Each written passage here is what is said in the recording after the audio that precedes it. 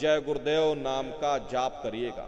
हर दाने पर जय गुरुदेव नाम, हर दाने पर जय गुरुदेव नाम, जय गुरुदेव जय गुरुदेव जय गुरुदेव जय गुरुदेव, कुल 108 बार करिएगा। दोबारा इसी जगह फिर वापस आ जाओगे।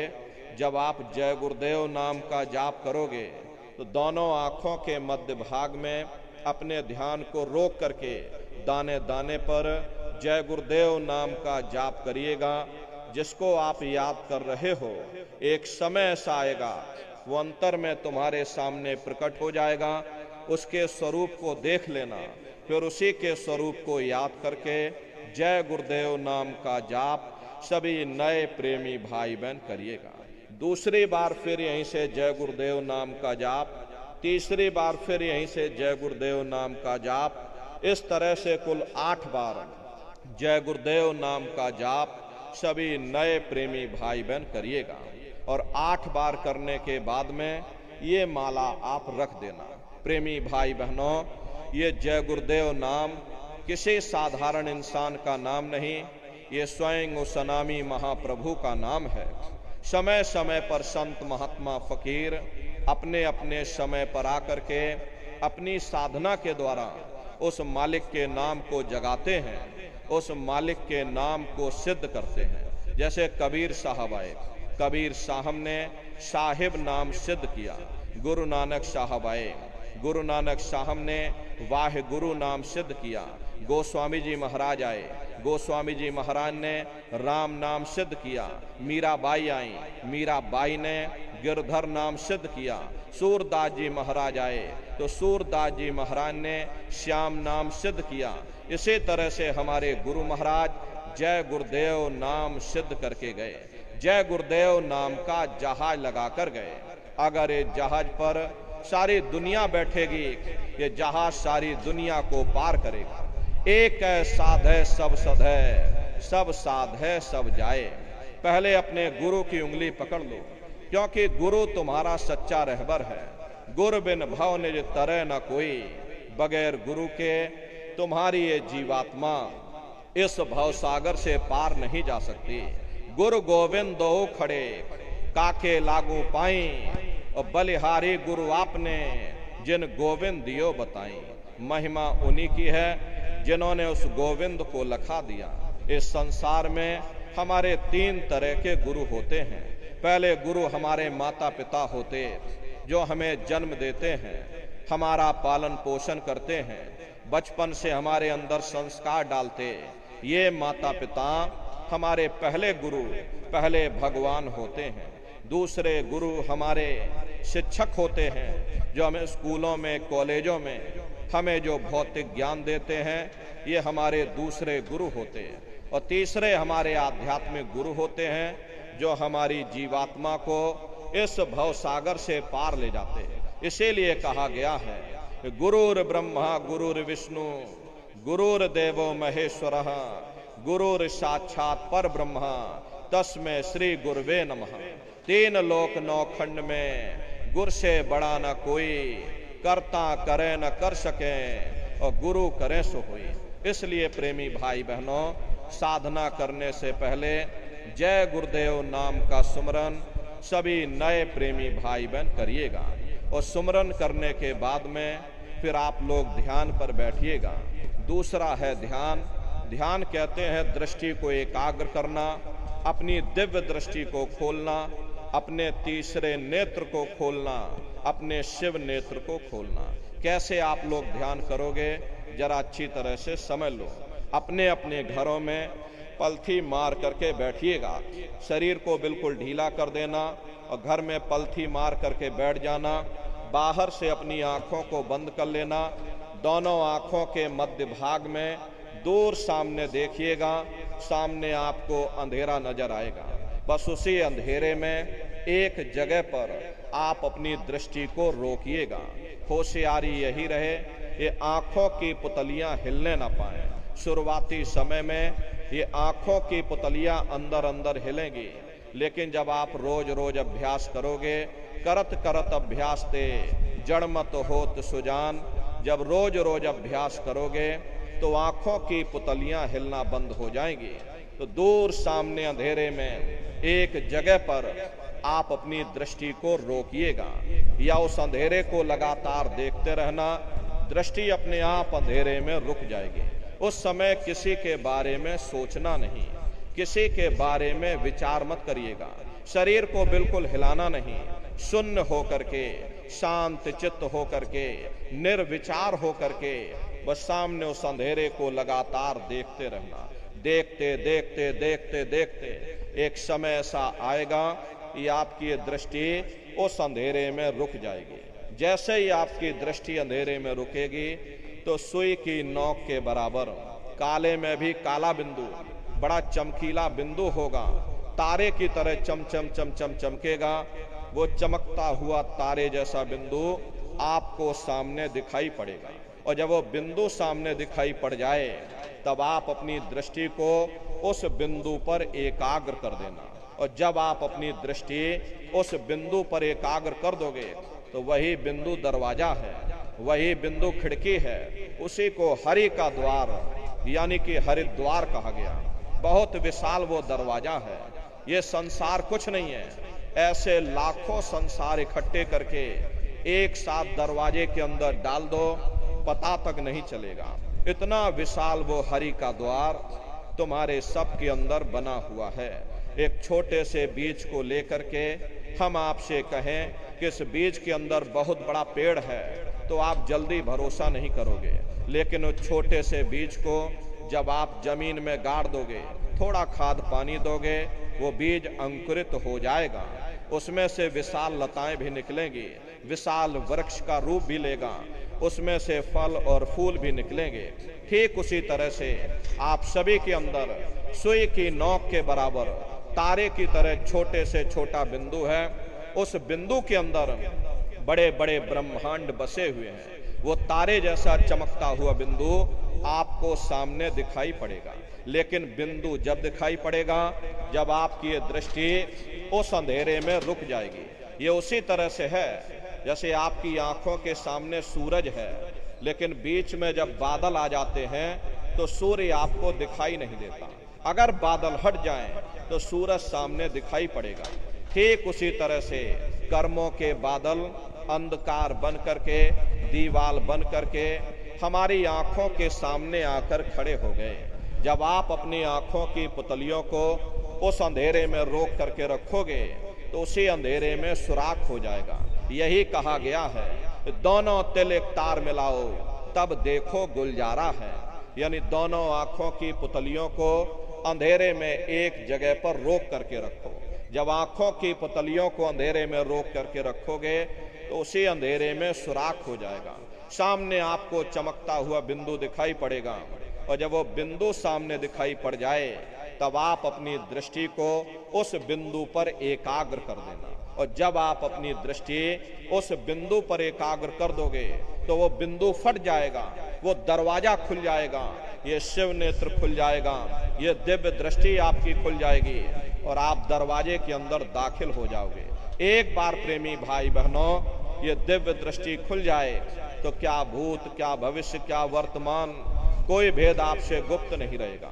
लाखों वर्ष पहले क्या हुआ था, भविष्य में क्या होने वाला है, अरे आप अपने अपने घरों में बैठ करके ध्यान लगा करके भूत, भविष्य और वर्तमान को देख सकते हो। तो प्रेमी भाई बहनों यह है ध्यान करने का तरीका। और तीसरा है भजन। गाने बजाने का नाम भजन नहीं है। ये नाच गाना, ढोल मजीरा, हारमोनियम, तबला, उछल कूद, इसका नाम भजन नहीं। भजन कहते हो शब्द को सुनना, उस नाम को सुनना, उस देववाणी आकाशवाणी को सुनना जो 24 घंटे तुम्हारे सब के अंदर गूंज रही है। कैसे भजन करोगे जरा अच्छी तरह से समझ लो। ये दोनों उंगली कानों में डाल करके ये कानों को बंद कर लेना। कान इसीलिए बंद किए जाते हैं ताकि बाहर की कोई आवाज हमको सुनाई ना पड़े। अपनी सुविधा से बैठिएगा, कुर्सी पर चाहे कुर्सी पर बैठ जाओ, सोफे पर चाहे सोफे पर बैठ जाइए या कोई तकिया रख लेना और दोनों कोहनियां रख करके दोनों उंगली कानों में डाल करके ये कानों को बंद कर लेना। बहुत सी हमारी माताएं बहनें हैं, बूढ़े बुजुर्ग हैं, अरे भाई आपके घुटनों में दर्द होता होगा या रीढ़ की हड्डी में दर्द होता होगा और आप बैठ करके भजन नहीं कर पाते हो तो आप लेट करके भजन करिएगा। ऐसे सीधे लेट जाना, लेटे लेटे आंख और कान को बंद कर लेना। मतलब तो आंख और कान को बंद करना है, चाहे आप लेट करके करो या चाहे आप बैठ करके करो।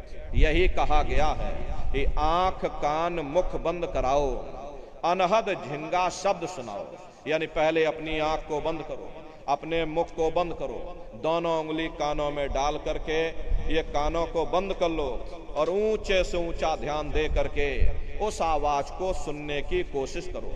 प्रेमी भाई बहनों, जब आप अपने कानों को बंद करके अंतर में गौर से सुनोगे तो आपको ऐसा अनुभव होगा कि कहीं सीटी जैसी आवाज हमारे कानों में बज रही है। टी, इस तरह से सीटी जैसी आवाज शुरू में आप सभी को सुनाई पड़ेगी। शाम को अपने अपने घरों में जाकर बैठिएगा, ये कानों को बंद कर लेना, अंतर में गौर से सुनिएगा तो सीटी जैसी आवाज आप सभी को सुनाई पड़ेगी। करना कुछ नहीं है, लेटे हो चाहे बैठे हो, बस आप उस आवाज को सुनते रहना और सुनते सुनते उसी में लीन हो जाओ।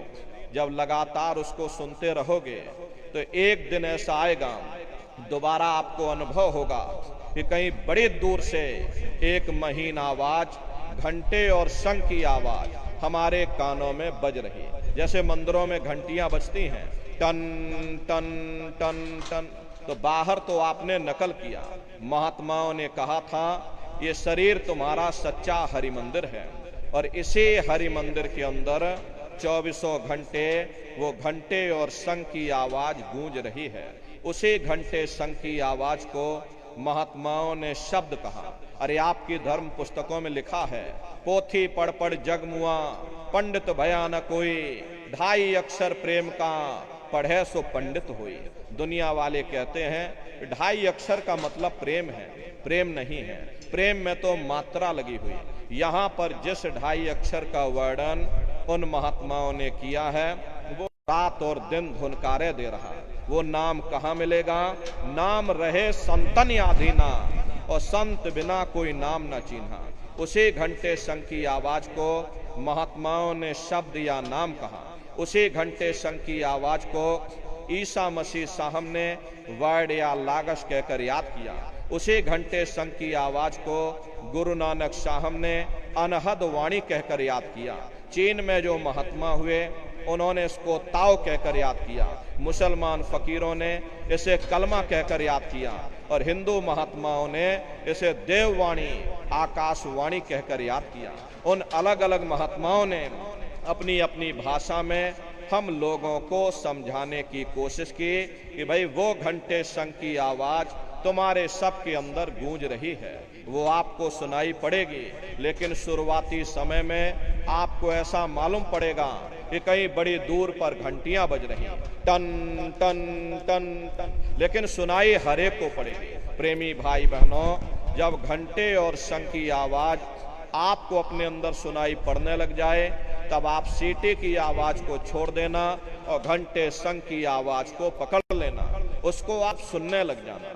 जब आप उसको सुनने लग जाओगे तो वो आवाज धीरे धीरे बढ़ना शुरू होगी और बढ़ते बढ़ते इस कदर बढ़ेगी कि आपके रोम रोम में घंटे और शंख की आवाज गूंजने लगेगी। बड़ी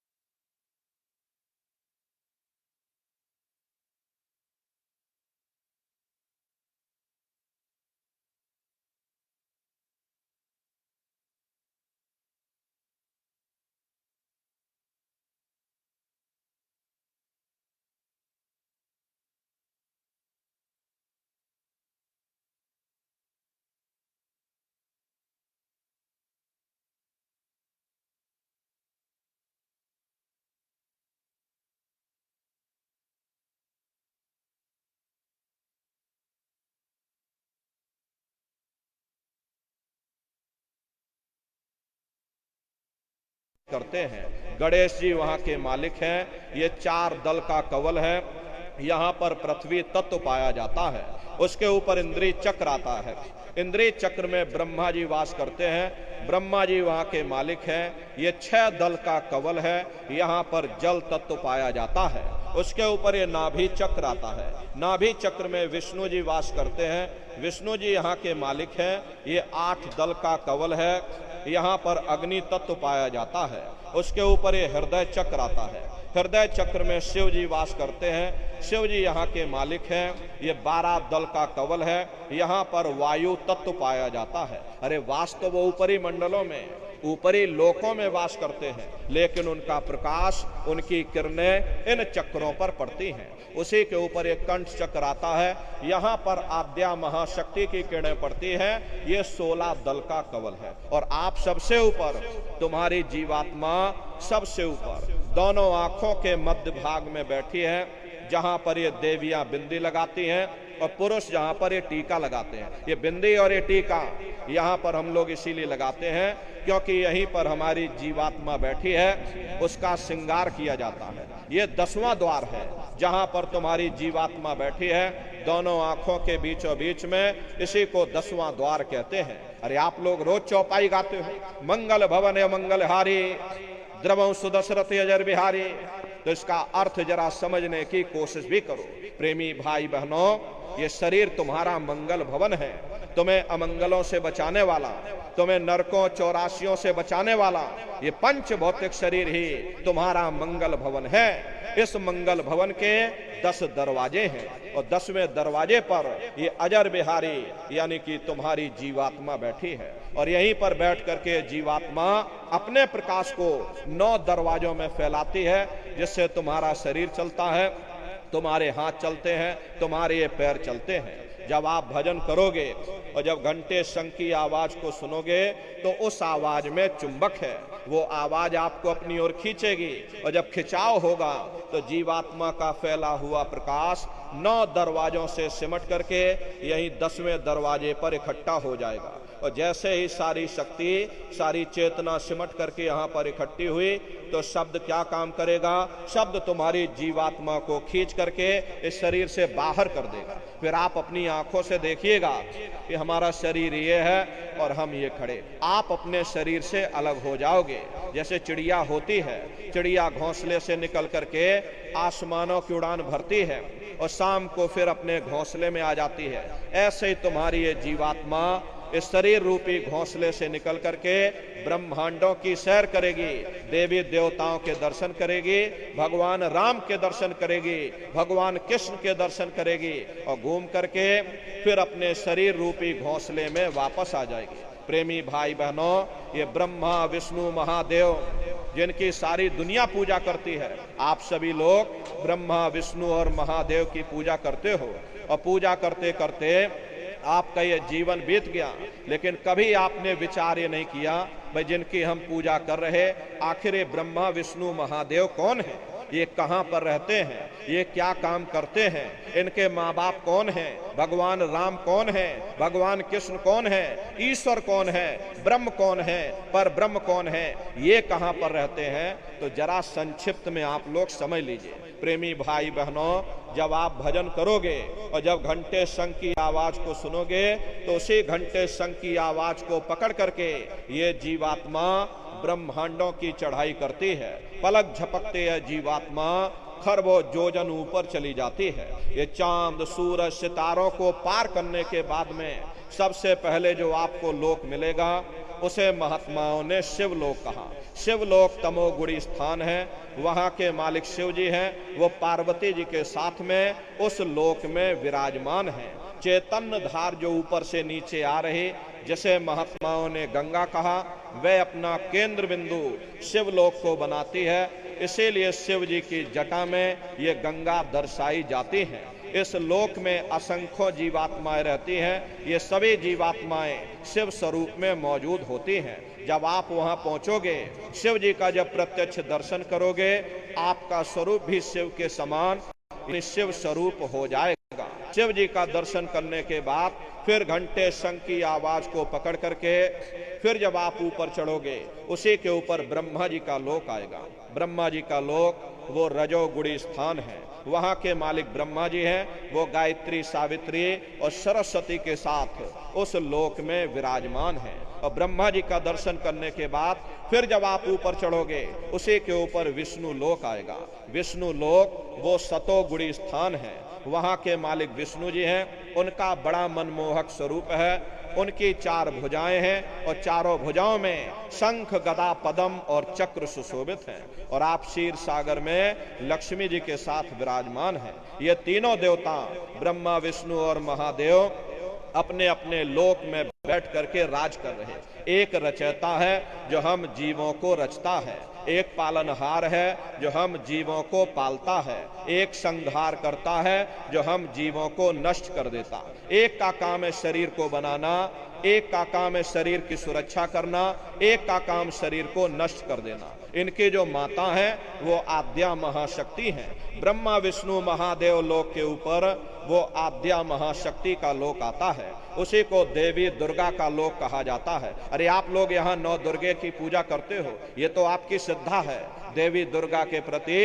ये आपकी आस्था है। लेकिन महात्माओं ने कहा था भाई सही मायने में तुम्हारी 9 दुर्गे पूजा कब सफल होगी?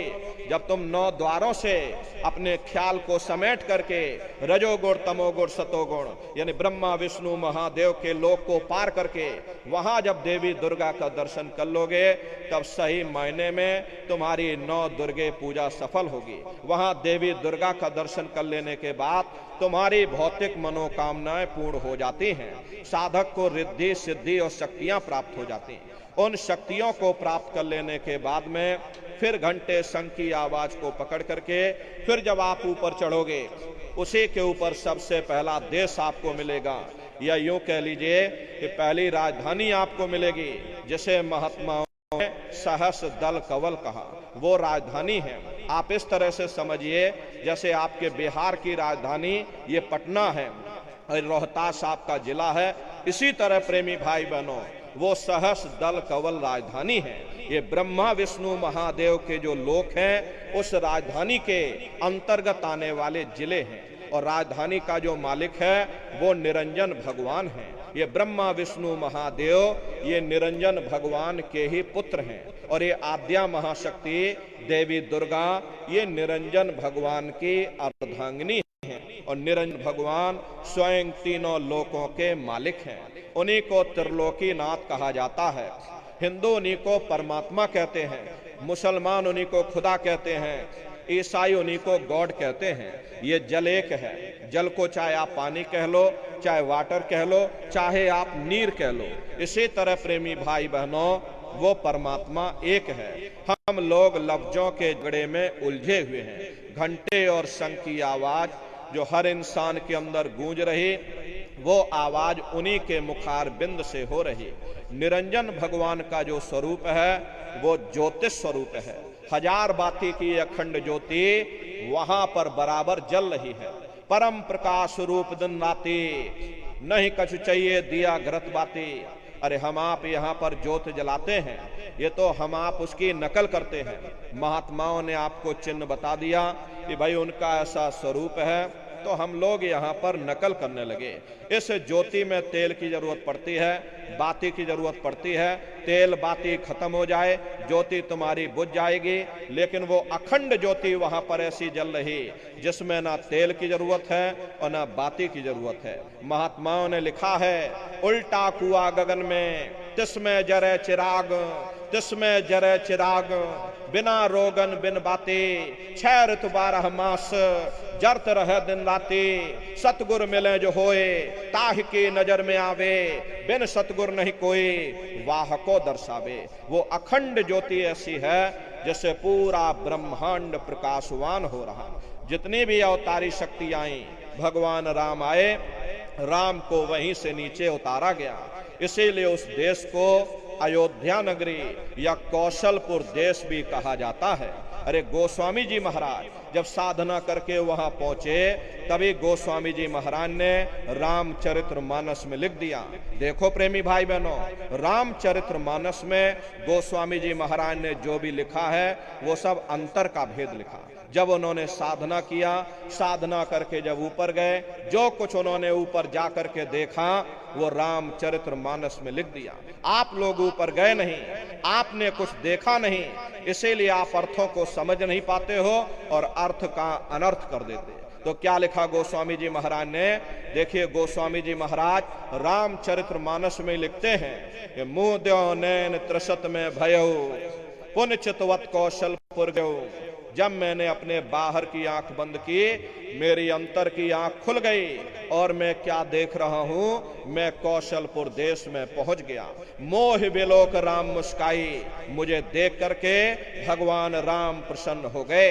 उन्होंने ऊपर जाने का मुझे रास्ता दे दिया। मैं ऊपर जा करके क्या देख रहा हूं, उधर मांझ सुनंड जराया देखे बहु ब्रह्मांड निकाया अति विचित्रता लोके अनेका रचना अधिक एक तेका। विचित्र विचित्र भांत के वहां पर लोक बने हुए, एक से बढ़कर एक सुंदर सोने के महल बने जिनकी शोभा अवर्णीय है। प्रेमी भाई बहनों, वो असली अयोध्या नगरी है, वो भगवान राम का असली देश है। और जब आप लोग साधना करके वहां पहुंचोगे, अपनी दिव्य दृष्टि से उस अयोध्या नगरी को जब आप स्वयं देखोगे, अरे तुम देखते रह जाओगे, ये क्या ईश्वर की लीला है, कैसे उसकी कारीगरी है, अनंत उसकी सत्ता है, अनंत उसका प्रकाश है। उसे आनंद को पा करके बड़े बड़े राजे महाराजाओं ने अपने राजकाज पर ठोकरें मार दी और जंगलों में जाकर के नंगे हो करके नाचने लगे। इतना आनंद, इतनी खुशी उन साधकों को होती है। अरे मीराबाई को जब वो दौलत मिल गई, मीराबाई ने अपना राजपाट छोड़ दिया और मीराबाई कहने लगी, मैं मिल जाए पाए पियो अपना तब मेरी पीर बुझानी, मीरा सुरत शब्द सहलानी। कबीर साहब को जब वो दौलत मिल गई और अन्य महात्माओं को जब वो दौलत मिल गई, उन्होंने ऊपर चढ़ करके उस अयोध्या नगरी को देखा, भगवान राम के देश को देखा, तो कलम तोड़ करके लिख दिया। चिल्लाने लगे, ये अचरज देखा भारी साधो, अचरज देखा भारी रे, बिना बजाए निस्दिन बाजे, घंटा शंख नगारी रे, बहरा सुन सुन मस्त होते है और तन की खबर बिसारी रे, और बिन भूमि के महल बना है तामे जो तुजारी रे, अंधा देख देख सुख पावे बात बतावे सारी रे, जीता मर कर फिर जी जावे बिन भोजन बलधारी रे, ब्रह्मानंद संत जन बिरला कोई समझे बात हमारी रे। प्रेमी भाई बहनों, वो असली अयोध्या नगरी है, वो भगवान राम का असली देश है। राम जी का दर्शन करने के बाद फिर तुम्हारी ये जीवात्मा दूसरे मंडल की आवाज को पकड़ करके दूसरे मंडल की चढ़ाई करेगी। श्याम तज श्वेत को गहना, सुरत को तान धुन सुनना, बंक के द्वार धस बैठो, त्रिकुटी जाय कर लेना। उसी के ऊपर दूसरा देश आता है जिसे महात्माओं ने त्रिकुटी देश कहा। वहां के जो मालिक हैं वो ब्रह्म हैं, वहीं से मन और माया की उत्पत्ति हुई, वहीं से तीन गुण रजोगुण तमोगुण सतोगुण, तीनों गुणों की उत्पत्ति वहीं से हुई। ये जो आपके वेद हैं, वेदों को सारी दुनिया पढ़ती है, वेदों की भी उत्पत्ति उसी स्थान से हुई है। महात्मा कहते हैं कि त्रिकुटी महल में विद्या सारा, घनहर गरजे बजे नगारा, लाल वरन सूरज उजियारा। वहां पर दो धुने, बादलों की गर्जन और मृदंग की आवाज उस लोक में गूंजती रहती है। जैसे पहले स्थान पर भगवान राम के देश में घंटे और शंख की आवाज गूंजती है, ऐसे दूसरे मंडल पर यानी कि ब्रह्म के देश में बादलों की गर्जन और मृदंग वहां पर बजता रहता है। ओम का जाप बराबर वहां होता रहता है। ब्रह्म का जो स्वरूप है लाल वरन सूरज उजियारा, ये सूरज कुछ नहीं है। ऐसे तुम लाखों लाख सूर्य इकट्ठे करोगे तो वहां का एक सूर्य बनेगा। प्रेमी भाई बहनों, ब्रह्म का जो स्वरूप है वो सुबह के लाल सूर्य के समान है, इसीलिए वहां का पूरा ब्रह्मांड लाल है। जहां तक आपकी निगाह जाएगी ब्रह्म देश में चारों तरफ आपको लाल ही लाल नजर आएगा। महात्मा जब साधना करके वहां पहुंचे तभी महात्माओं ने लिख दिया, लाली मेरे लाल की जित देखूं त लाल, लाली देखन में गई मैं भी हो गई लाल। वो पूरा ब्रह्मांड ही लाल है। तो जितने साधक वहां पहुंच जाते हैं उन सभी को योगेश्वर कहा जाता है। योगेश्वर की पदवी उन्हीं को मिलती है जो ब्रह्म स्थान तक पहुंच रखते हैं। जैसे व्यास जी हुए, वशिष्ठ जी हुए, वाल्मीकि जी हुए, इन सब की पहुंच वहीं तक थी। इसीलिए कहा गया कि